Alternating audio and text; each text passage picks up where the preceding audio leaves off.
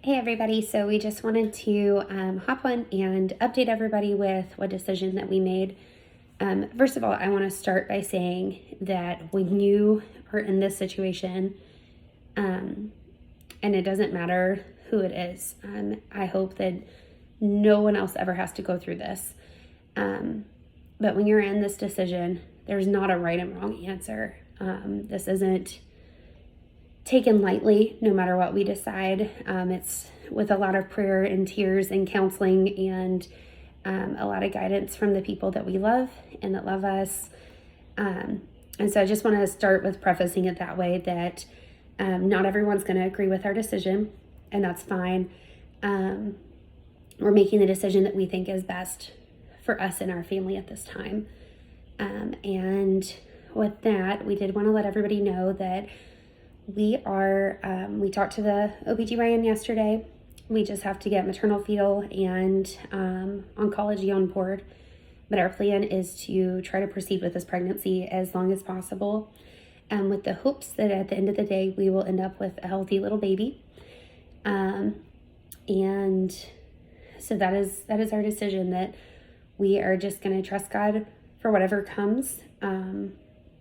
We know that decision comes with significant risk to me and my health. And that is petrifying, I will be honest. It right now feels like we're taking things moment by moment. I don't even think it's really day by day at this point. It's just moment by moment, as we seek to put all of our faith in Him and trust that we are doing our best to honor and glorify Him. And so we appreciate prayers as we continue on. We're going to try to keep everybody updated off and on. We probably won't do updates with every visit just because I'm going to have a lot of doctor's appointments. But we are going to try to keep everybody updated as much as we can. We did get to see the baby yesterday again, just with the bedside ultrasound. So it wasn't, in-depth pictures or anything. But healthy baby still has a good heartbeat and is still doing okay in there, still growing at the correct pace. Was definitely a wiggler yesterday. Lots of kicking and arm movements.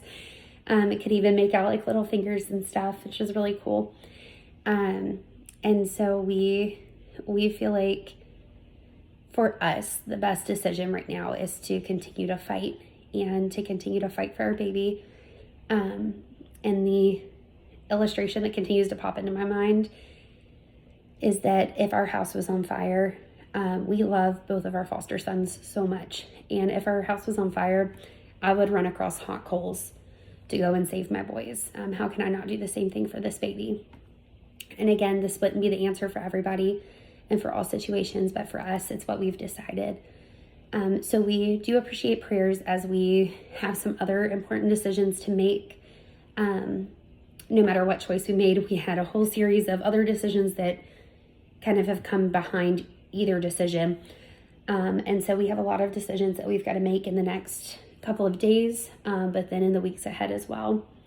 We'll also have lots of appointments, lots of questions, I'm sure, lots of everything.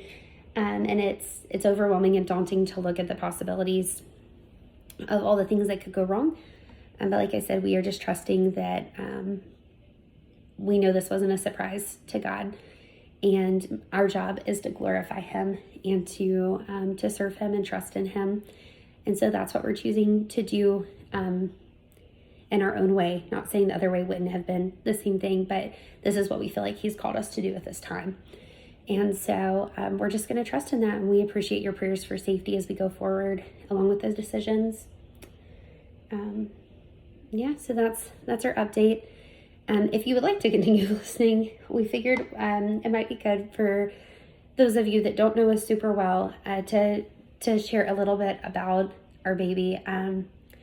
We were told like 6 or 7 years ago, I think now, that we would never be able to have a baby. I have late stage Lyme disease, and it had attacked so many of my major organs that they said and my hormones were crazy wonky. Don't ask Thomas's opinion. He won't tell you. Well, he won't tell me.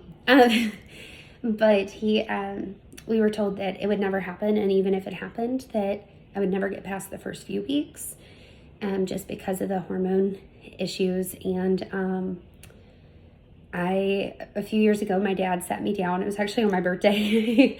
He sat me down and he was like, I know how much you want this baby and how much you have always longed to be a mom. And that's one of the great things about my dad, is he's willing to say the hard things to me when nobody else is. And he said, I know how much you want this, and it's worth a try. And if it can't happen, it can't happen. But we'll be here to support you all along the way. And so we didn't tell anybody for a long time that it was even something we were praying about. And we started talking to my doctors, and over a couple year process, I guess it was a long journey. Over a while, we got a list of the things that my doctors would want to see in order for me to even try and to be stable enough to try. And we met all of those goals. And then within a month period, I saw all the specialists that played a part in possibly getting pregnant, and made arrangements. And so we started trying, and tried for about 1.5 years. And they said, why don't we try fertility medicine? And so we tried a fertility medicine, and our boys ended up being placed in our home with us on the month that we were supposed to start it. And I'm not a crazy person. I wasn't about to do that. And so we said, okay, we'll try next month. Then we ended up missing that window because of something. And so on the 3rd month after I got the prescription, we were finally able to try, and God gave us our miracle baby. And I think we took 1.5 million pregnancy test. It was a big waste of money, but it had been such a long journey, and I had such a hard time believing that it was finally happening. And so we took a bunch of pregnancy tests over about 1.5 weeks while we waited, and got appointments set up. And at our first appointment, they said, yep, we see a healthy baby in there, and it looks like there might be like a blood clot thing, but we'll bring you back in a week and look at it, make sure it's dissolved. And we went back a week later, and they at first said, no, we actually think this was a twin that had passed away, is what the tech told us. And then they took us back to a room, and the doctor said, and it's possible, but we actually think this is a Molar pregnancy. And that's when all of this crazy journey started. But we are just going to cherish every day that God gives us. We call our baby Koala because the baby looked like a koala on the first ultrasound, is what Thomas said. And it kind of just gained traction around here. And so we are just going to cherish every day that God gives us with baby Koala, and know that his plan is perfect. He doesn't make any mistakes. And we're just praying that whatever comes, whatever happens, that will glorify him through it all and honor him. Like I said, we appreciate your prayers as we strive to do that. Appreciate your prayers for Thomas, as this is a lot of stress on him. A lot of everything on everybody, a lot of stress on him, for our parents as well. I know all of our parents are worried and concerned, and rightfully so. It affects them too. It's their grandbaby, and our siblings, it's their niece or nephew.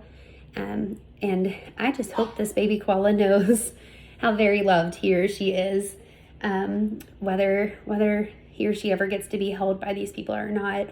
It's a very loved little baby. And then, of course, we appreciate prayers for baby and for myself, for health and strength, and again, for the decisions that we have to make in the coming days. And we just appreciate you guys so much for everything. We've been blown away by the support that we've received, and the kind thoughts and the prayers, and just the compassion.